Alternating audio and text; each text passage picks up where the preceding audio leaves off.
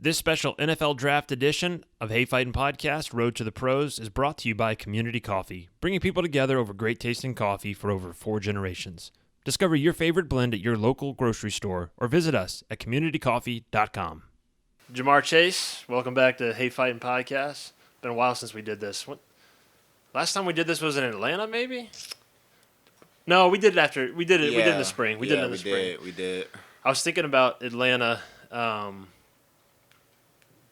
the last couple of days because it was after you won the Biletnikoff. Mm-hmm. And me, you, your dad, Mickey, Coach Mickey, your mom, were sitting there after, and you and your dad were talking about this. You were talking about, it was mostly your dad talking about it. Mr. Jimmy was mostly the one talking about it, but he's talking about, hey, man, like, you just won the Biletnikoff, and, like, your future is in the NFL. And you were kind of sitting there like, Dad, like, I'm just kind of thinking about Oklahoma right now. Like, I'm not really thinking about the NFL. Well, we're not in Atlanta anymore. We're here now, and you're thinking about the NFL. How crazy is it, man? Like, I was just talking with Terrace about it. This is something I'm sure you've dreamed about for a long time, to be on the precipice of this dream coming true. What does it feel like? It's just a slow dream coming true, I can say. I mean, I've been waiting for this my whole life, and you know, when I opt out, this time has really been going by real slow. So, this is a dream come true, honestly. When you opted out, this was a tough year for a lot of people for a lot of different reasons, and you had to make a really difficult decision because I know how much you love LSU and playing for LSU, and selfishly, I remember when this all started, I was like, man, the one thing that can't be taken away from me is another season of JaMarrs Chase. Like, I need to see more of JaMarrs Chase. But if we're being very honest, like, you had to make a difficult decision. So the way that I phrased it with, I think it was with Kerry maybe, one of the guys, I said, we all see the result. We see the opt-out, but we don't see the process. How difficult was it to go through that decision-making knowing, again, like I said, how much I know you love LSU and playing for LSU, but you've got other factors to consider too. Yeah, so, you know, while I was watching the game during the season, I was actually talking to Moo a lot. You know, me and Moo was always talking to each other. That was my only way, you know, keeping communication with LSU as much as I could. Yeah. So I was always talking to Moo, telling him, you know, what the game plan was. You know, I was always trying to interact to always feel like I was there, you know. So Moo used to give me the inside scoops on, you know, the game plans and stuff like that. And I used to watch him sometimes and see what was going on. Felt like I can change some stuff if I was there, of course. But yeah, I was always there, you know, trying to watch the side view of Moo, what Moo didn't have. So I was just like Moo back eye shadow. Yeah. Really. So I was just, you know, making sure everything was cool, you know, watching LSU and just staying low. I'm sure he would have loved to have played with you for another year, but he did catch a bunch of touchdowns that may have gone your way. Did y'all ever talk about that? Like, yeah, well, you're welcome for all the touchdowns. Nah, I was always excited for him, you know. Yeah. I didn't really compete with Moo that much like I did with Terrence. You know, me and Justin. Sorry. Yeah. We always had a lot of bets going on, but me and Moo was competitive in a different type of way. Yeah. But I always had his back, and he always had mine. That was the main thing I liked about Moo, and that's how we stayed our friendship. Yeah, I love the relationship y'all have. It reminds me a little bit of Odell and Jarvis when they were here, and I was in the media then, not working for LSU, but I was covering them, and they had a brotherhood, they had a bond, and they had overlap both on the field. JaMarrs kind of being that possession guy, that tough guy, Odell being kind of the flashy guy, and you and Terrace have some of that, but it's different too. Like y'all have a lot of similarities. But y'all have that brotherhood. How he was just talking about this in 7-on-7 in high school, like talking about these days. How crazy is it to just see that y'all have ended up where you thought you would be, but the journey couldn't have been predicted. Yeah. So I think I met Moo. We really got started being cool in like the opening our senior year. That's when we finally started, you know, knowing where we was gonna go to college. So we was like, yeah, bro, we might be cool together. You know, think about going to LSU. Yeah. So he was like, okay, we're gonna, you know, make our friendship up, you know, let's keep it going, see how far it goes. So I know he was telling me he's going to Texas A&M or something like that. And at the time I was going to TCU. We were both in Texas still. So, you know, me and him just like, yeah, bro. Thank God that didn't happen. Thank God. Right? So we was just like, yeah, I think I'm gonna try to go to LSU, bro. I think that's the move, man. And he was just like, yeah, I think that's it too. I kind of like it, bro. And I think from there we just started working out with each other, talking more, and ended up the same school.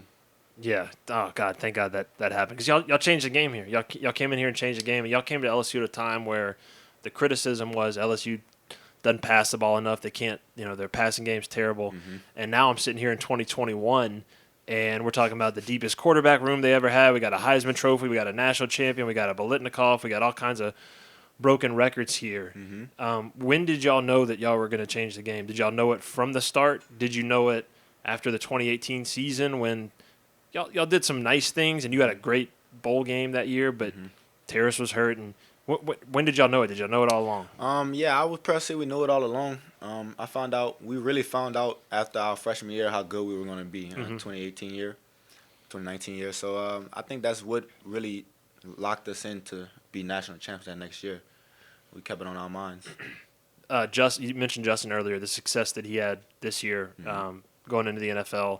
I don't think it surprised you or anyone that knew him well. But what kind of feedback has he given you on what it's like to go through this journey and get ready for the draft, go through the combine process, get physically ready, get drafted, and then transition? What have those conversations been like with him? Yeah, so, I mean, our conversations are pretty cool. Most of the conversation, we're so cool that we don't even talk about football. Yeah, just talking like friends. Right, so we just talking like, regular people. And, I mean, I asked him a couple questions, how's this quarterback? How's the offense? Do you really like it and stuff like that? But he loves it. I just try to get as much knowledge as I can off him. Because he's been there so long already, and he always tells me stuff. But I just always call on him. He checks on me and stuff like that, just to keep that bond with us. That's all. So many guys, their draft prep is you finish the football season in December or January. You got a couple months, and then it's draft time. Mm-hmm. For you had a little bit longer of a window to work with. So what have you been doing in that window? What have you been focusing on? Have you been focusing on physical, intangibles? What would have been your primary focuses? Yeah, so since I opted out, I've been working on a lot of my releases. A lot of football stuff. I know when I first left, I went to go train in Dallas, and I was at Exos, working on my 40 for a good minute. I want to show people how fast I am. So that was one reason I was really trying to work on the most, my speed. And just trying to get back in football shape. All right, give me a preview of tomorrow. What are we gonna? This is gonna air after tomorrow, so Okay. let's put it on the record though. What are we doing tomorrow? I'm trying to get a low 4.4 tomorrow. Okay. My big goal is 4.3, of course. Yep. But I'm gonna try to get a low 4.4, 4.3. That's what I'm aiming for right there. Terrace said he's going for the 4.3 as well. I think you guys. I'm gonna pitch an idea. I think you guys should line up together and race. Because I think it would make you run faster as competitive as you two are. It would. I think it would, but I think that'll mess up my start. Because I'm going to just probably pop up and try to run fast as like Moo. Yeah. So One of the things that interested me about you is when you opted out, there was the discussion of, well, maybe his stock will get hurt or maybe, other guys will play better and jump him. And I'm not a mock draft guy. I don't really pay that much attention to it, but I feel like it's as strong as ever. Was that ever a consideration for you? Was it like, man, if I don't play this year, it could affect me? Or did you never really worry about that? No, I never really worried about that. That wasn't something I had in control. So why would I worry about something I have no control over? Yeah. Right? But my dad was always into that stuff. He always was into everything going on. So I'm just laying low, trying to stay out of everything and just work hard. That's my ideal mind. Yeah. That's all I'm trying to do is just work hard and get to where I want to be. Yeah. Well, you had more time than Terrace, and I asked him this question. I'll ask you the same thing. Have you thought about the legacy that you left here at all? Do you think about, in 20 years, how are people going to remember Jamar Chase at LSU? Did you spend any time from the time you left till now thinking about that at all? Actually, no. Like, the things that I think about the most at LSU, is just the practices. I honestly say I miss practice the most. Yeah. But why? It was just fun, The atmosphere was fun, all of the trash talking we did, the fights we had. It was just fun, Like, you don't really get that no more, The team aspect. Right. Yeah. But that was just a fun time, and practice was just fun as it is. Yeah, we made a lot of the iron sharpens iron aspect of you going against, Stingley and Christian and all the guys that you went against. We talk about NFL LSU all the time, and you think about the guys who make it into the NFL, but I think sometimes we overlook how this is a place where you're going to be so prepared to go into the NFL, not just physically with Tommy Moffitt and workouts and the practices, but mentally, Right. the interviews y'all do, the media y'all do, setting you up for interviews with teams and stuff. I mean, Right. do you feel like this place fully prepared you for that next step? I definitely feel like that. Just because the way we practice, the way we worked hard. NFL LSU is everything. LSU has a big standard here. We all have to live by the standard. So I think that's a good way for us to talk about ourselves. And the SEC is something big for us. So that's a good way for us to be NFL at LSU. How many interviews have you done so far, you think, with teams? I would probably say I did about 10 to 12 teams interviews. I didn't do as many, but I did a couple of them. Well, there's probably a reason that you didn't do as many, because there's going to be, I'm not a draft expert, but if you're picking at 15, I don't think JaMarrs Chase is going to be there. Any curveball questions that you got? Any weird outside the box questions that you weren't expecting? No, nah. I feel like it, nah. Of course not. Straightforward. Yeah. All right, I'll start wrapping up by playing the same game we play with everybody. And it's going to be interesting hearing from your perspective. So what we're doing is we're going from left to right, from Tori all the way down to Zach. All right. And you're going to take one characteristic from each guy and build me the perfect NFL draft prospect. Okay, it could be physical, it could be speed, it could be strength, it could be leaping ability, it could be intangible, football IQ, versatility. So start with Tori, work your way down, and I want you to use yourself too. You got to evaluate yourself here too. All right. So Tori Carter, real aggressive, real angry, brings a lot of energy for football. Loves the game. Myself, I would say, love the game, brings a lot of energy, has a passion for it, real good in the playbook, very athletic. Jabril, I'd probably say calm, real relaxed guy. I don't really see him really rowdy. Great in pursuit, great tackler.